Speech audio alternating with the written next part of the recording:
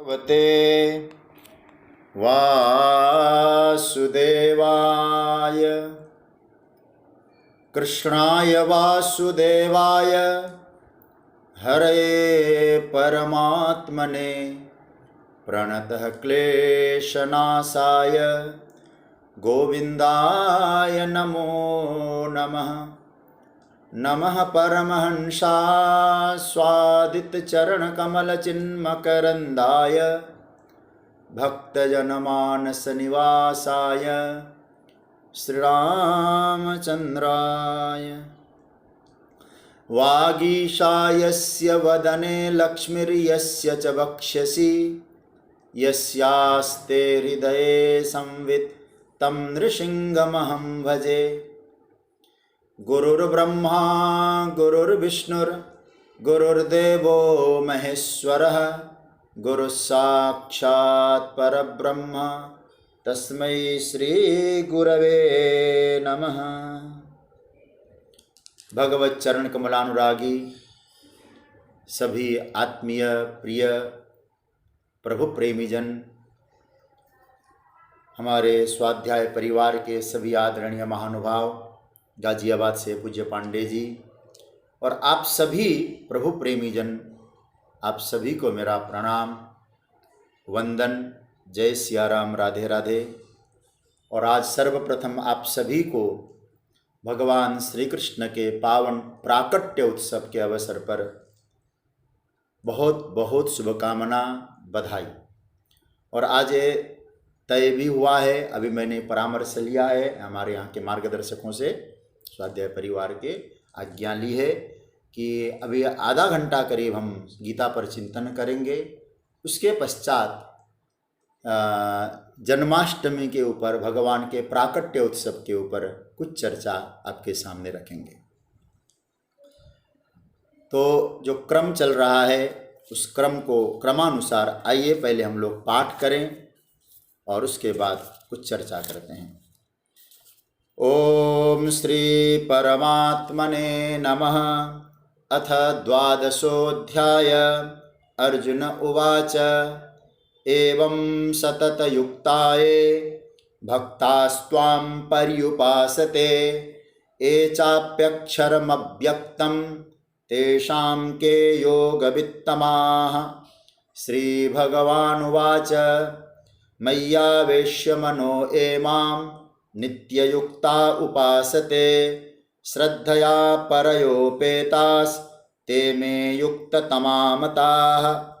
ये त्वक्षरमनिर्देश्य मव्यक्तं पर्युपासते सर्वत्र गमचिन्त्यं च कूटस्थमचलं ध्रुवं सन्नियम्येन्द्रियग्रामं सर्वत्र समबुद्धयः ते प्राप्नुवन्ति मामेव सर्वभूतहिते रताः।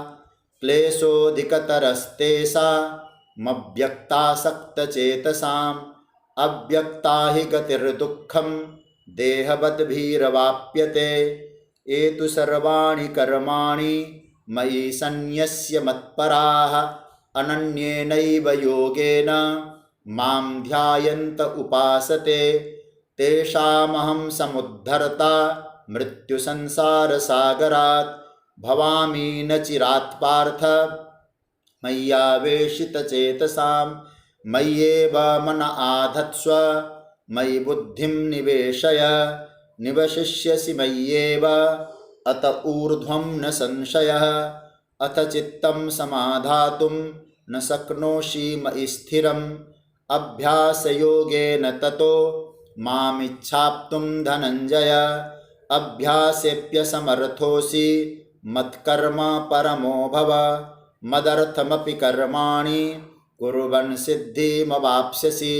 अथैतदप्यशक्तोऽसि कर्तुं मद्योगमाश्रितः सर्वकर्मफलत्यागं ततः कुरु यतात्मवान्।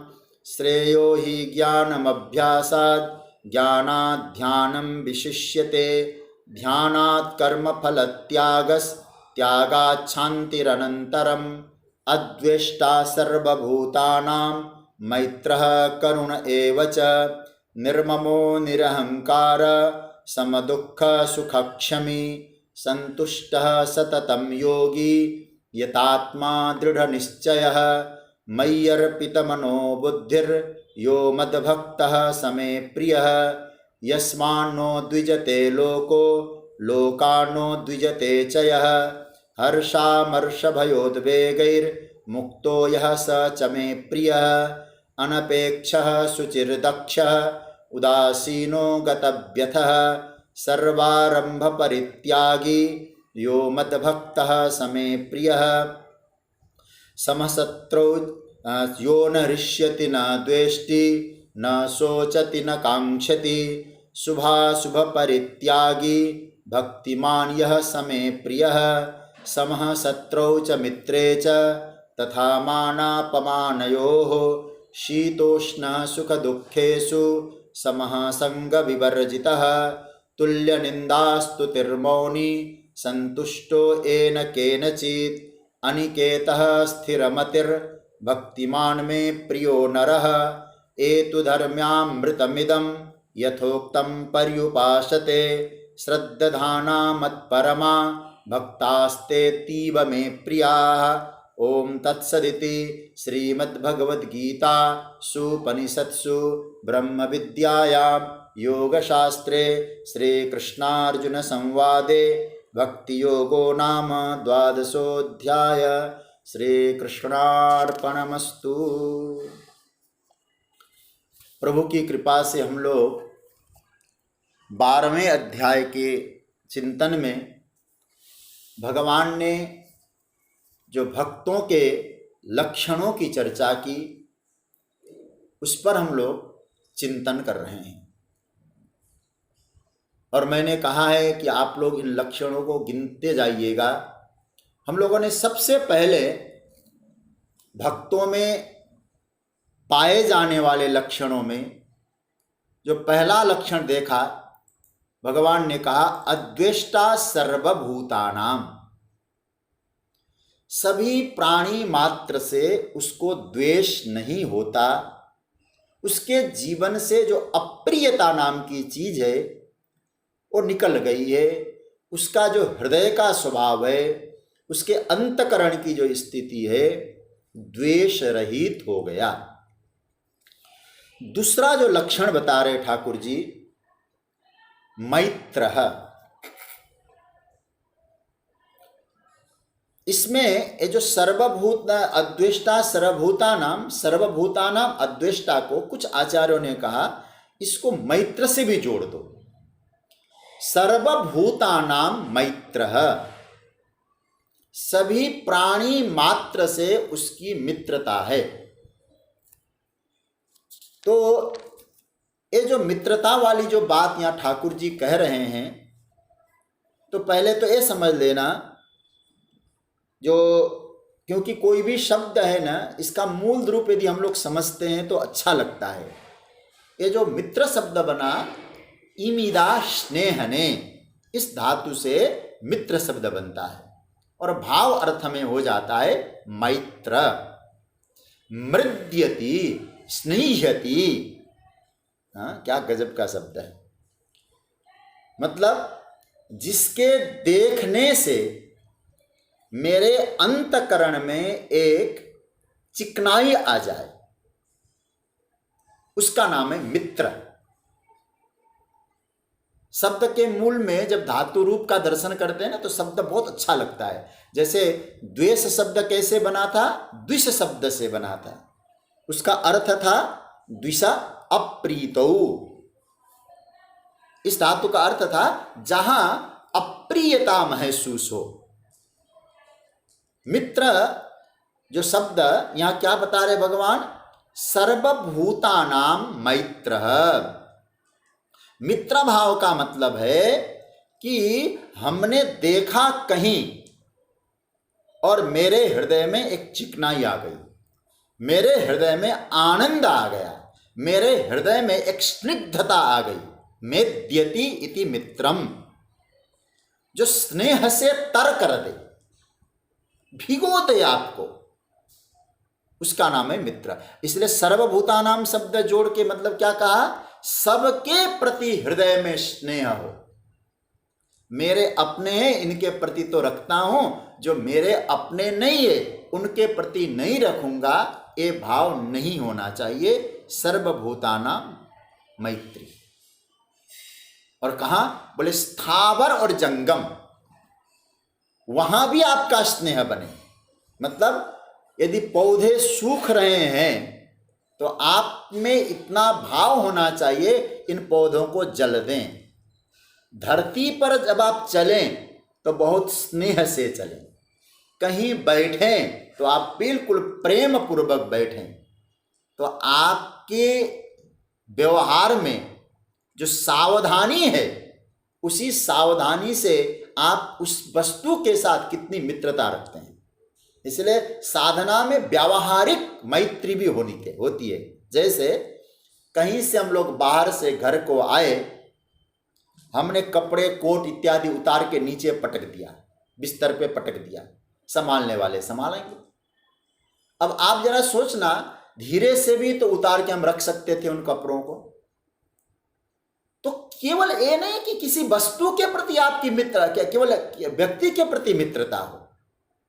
अब कोई दरवाजा जैसे हम बंद करते हैं, उस दरवाजा बंद करते समय आपके मन में भाव होना चाहिए, दरवाजे को बंद करते समय ज्यादा मैंने जोर लगाया, इसको चोट लग सकती है।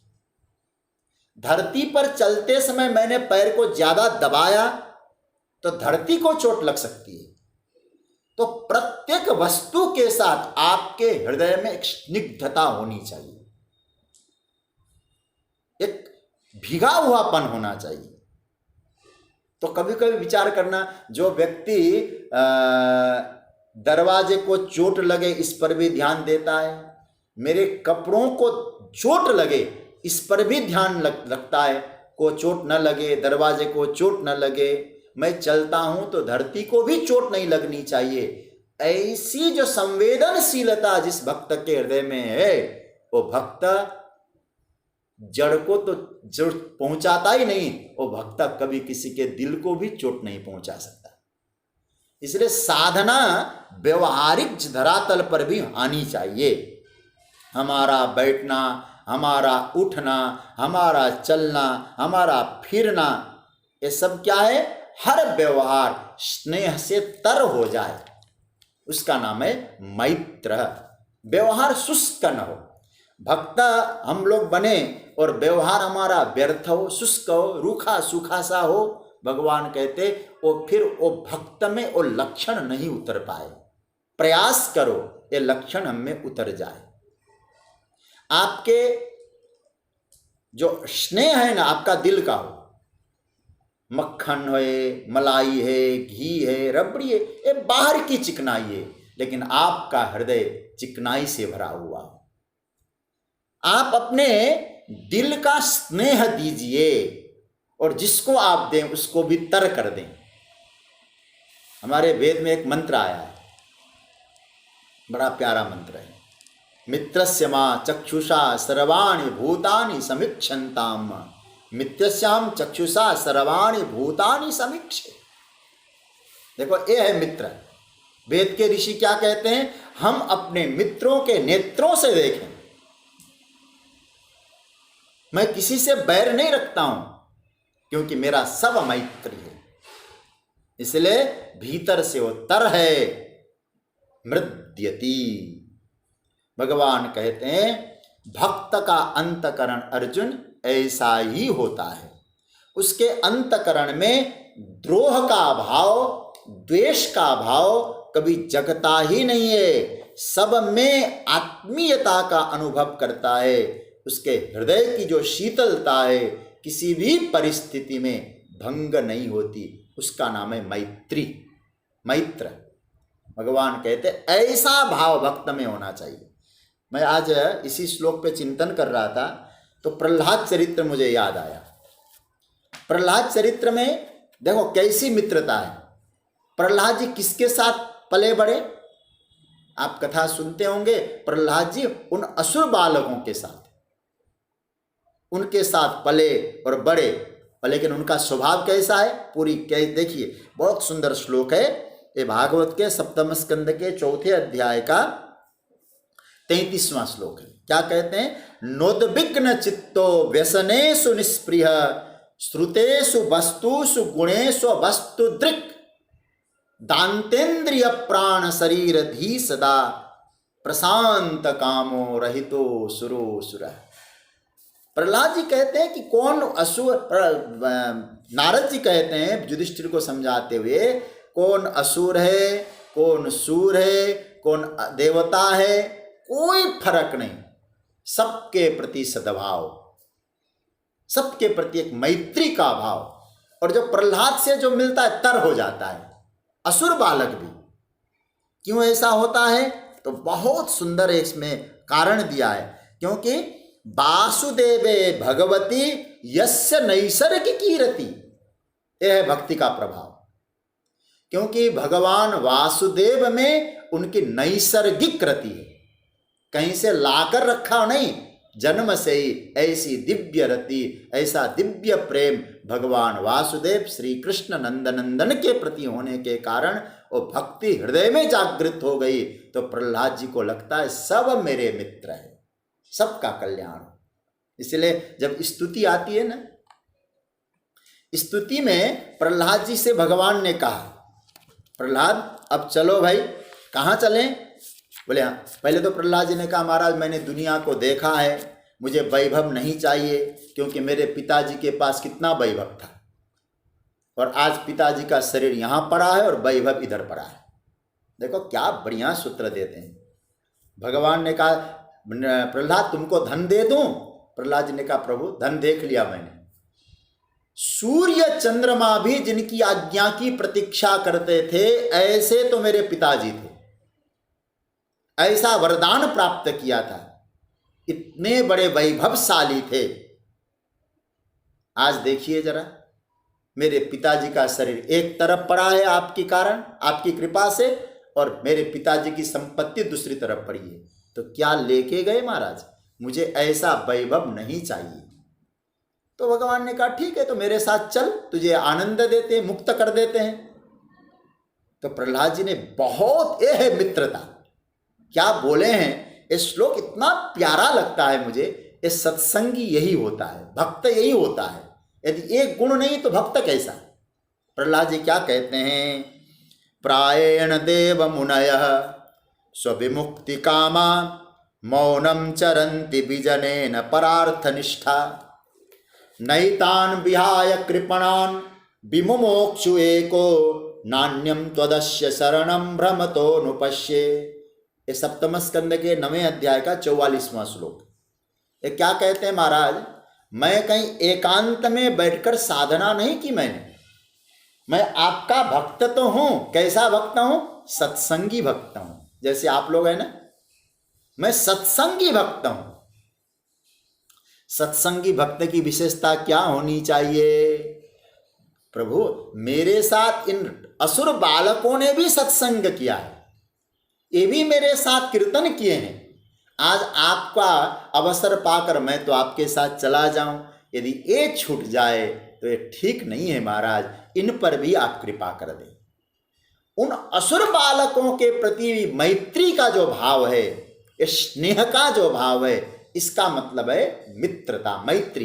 ये मैत्री शब्द का अर्थ है फ्रेंडशिप, मत लगा लेना है हमारा वो फ्रेंड है। अरे फ्रेंड तो कॉमन जेंडर होता है, वो फ्रेंड वाली चर्चा नहीं है यहाँ।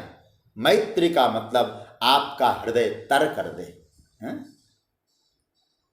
क्या सूत्र है। अब देखिए मित्र, ये भाव न हो, हृदय भक्ति से तर न हुआ होता हो, तो जिस पिता ने इतना कष्ट दिया, प्रहलाद जी क्या कहते? हे प्रभु मेरे पिता की सद्गति हो जाए।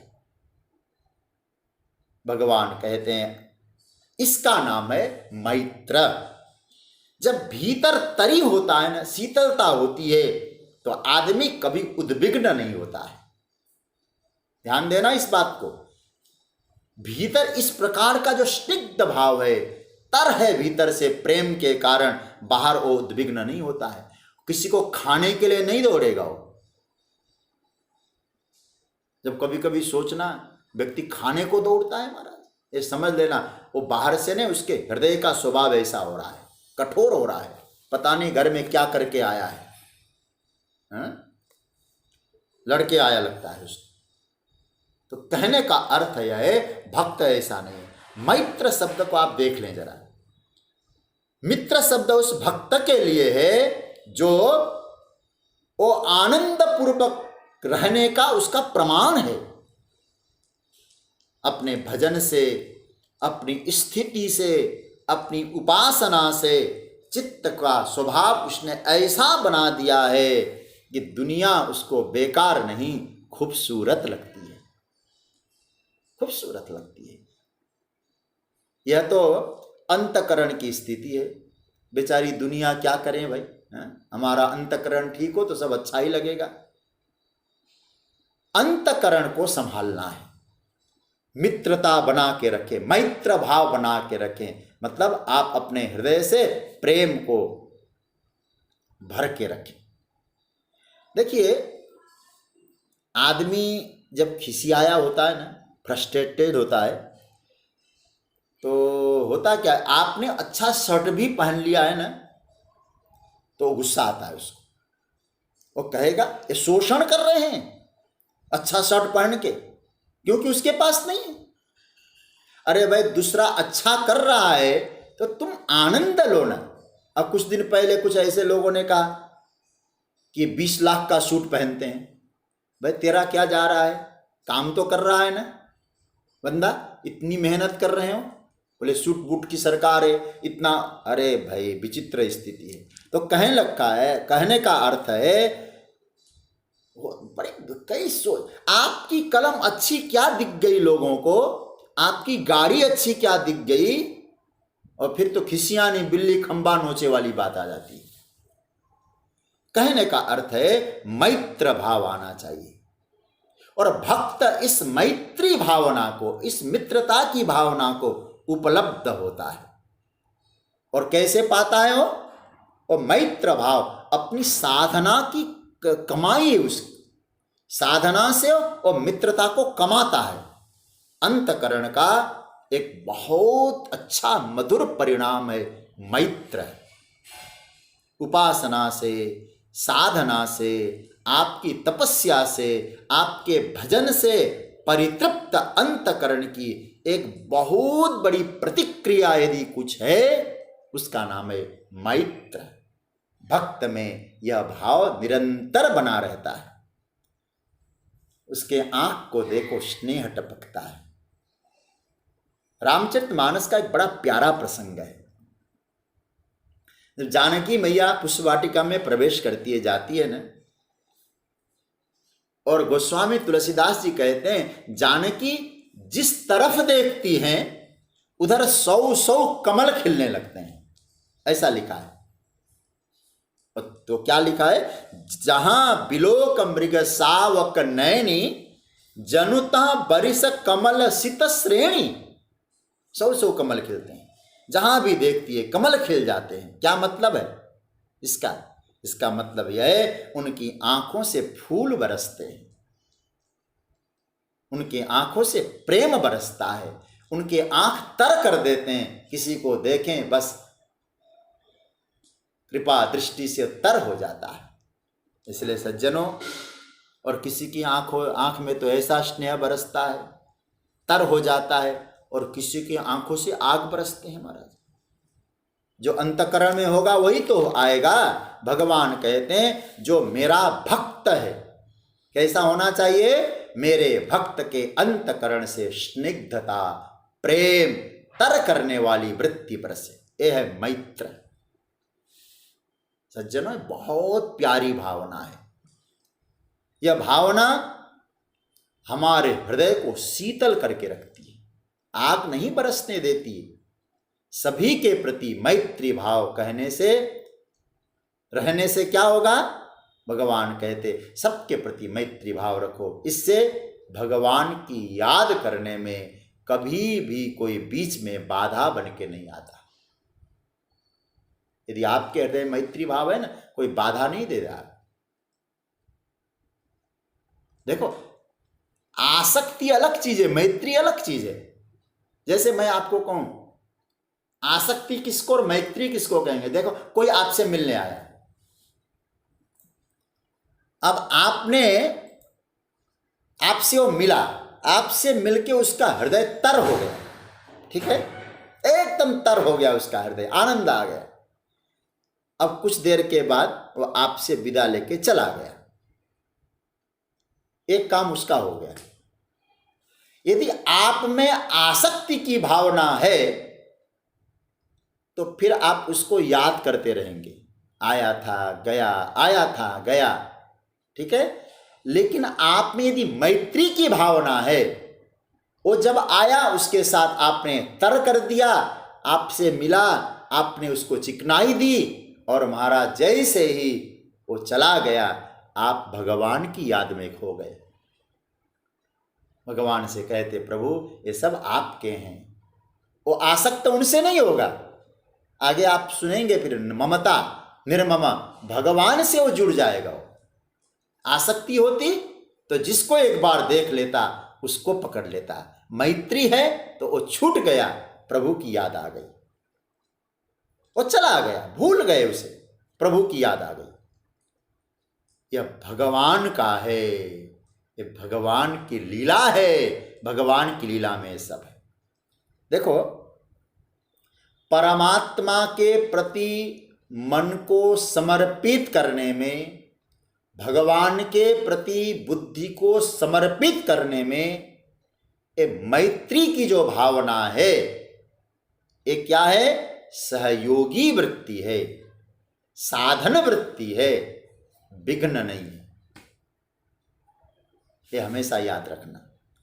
इसलिए आपके हृदय में यदि प्रभु के प्रति भक्ति है तो आपके हृदय में मैत्र भाव आएगा ही आएगा।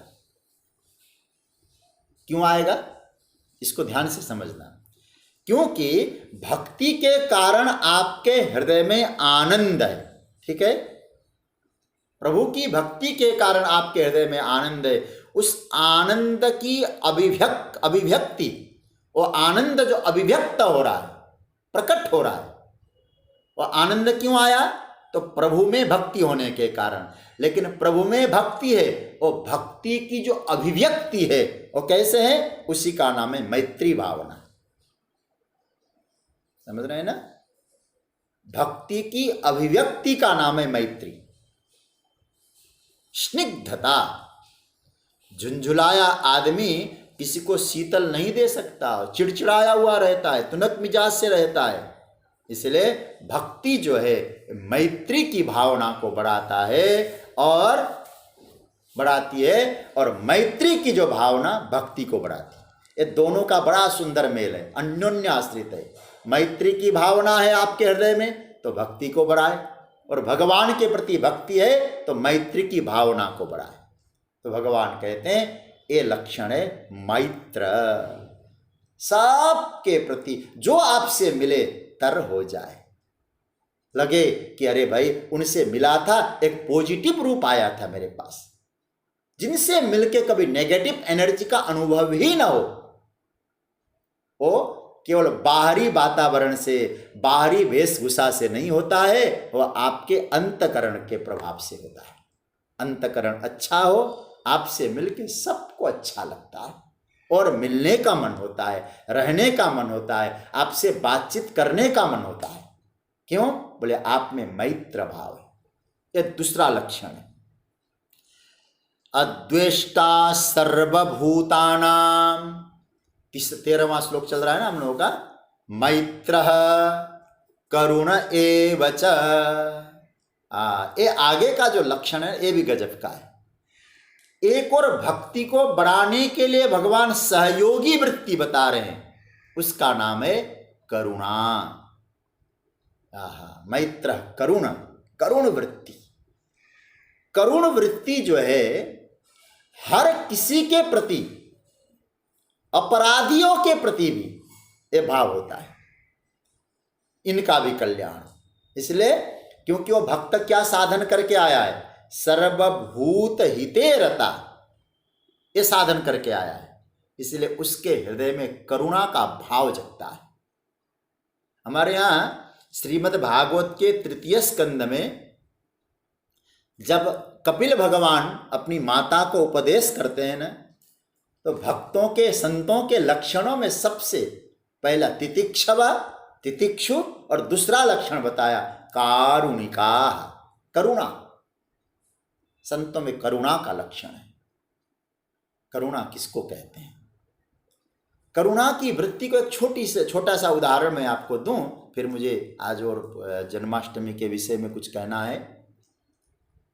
देखो, जैसे कोई भिक्षुक है तो कहते हैं उस भिक्षुक को आपने कुछ पैसे दे दिए तो आपकी एक दया नाम की वृत्ति हो सकती है, एक करुणा वृत्ति नहीं। करुणा वृत्ति किसको कहेंगे? बोले आपने ऐसी व्यवस्था कर दी, उस भिक्षुक ने अब भीख मांगना छोड़ के स्वावलंबी बनने की ओर गया। आपके प्रयत्न से, आपकी व्यवस्था से, आपकी प्रेरणा से, कैसे भी हो सकता है, तो समझना आपने उसके ऊपर करुणा करी। किसी गिरे हुए को आपने उठाया, लड़खड़ाते हुए को आपने हाथ देकर उसको उठा दिया, तो उसको देखकर मेरा परमात्मा प्रसन्न होता है। उस वृत्ति का नाम है करुण वृत्ति। और याद रखना, जहां तात्कालिक मदद है ना, तात्कालिक मदद किसको कहेंगे? बिना बैकग्राउंड के। ये बड़ा समझने जैसा है, क्योंकि वो भक्त कहां से आया है? वो साधना कर चुका है, सर्वभूत हितेरता। आप इसकी चर्चा सुन चुके हैं।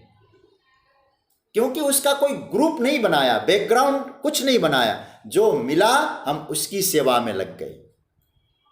कई लोग कहते हैं ना, मैं वृद्धों की सेवा करता हूं जी। फिर जवानों की नहीं करोगे तुम? बालकों की नहीं करोगे? क्यों? तुमने तो ग्रुप बना दिया। उनकी कौन करेगा फिर? मैं केवल महिला उद्धार करूंगा, पुरुष की नहीं करोगे। बोले पुरुष तो एक नंबर के दुश्मन है, बेकार है।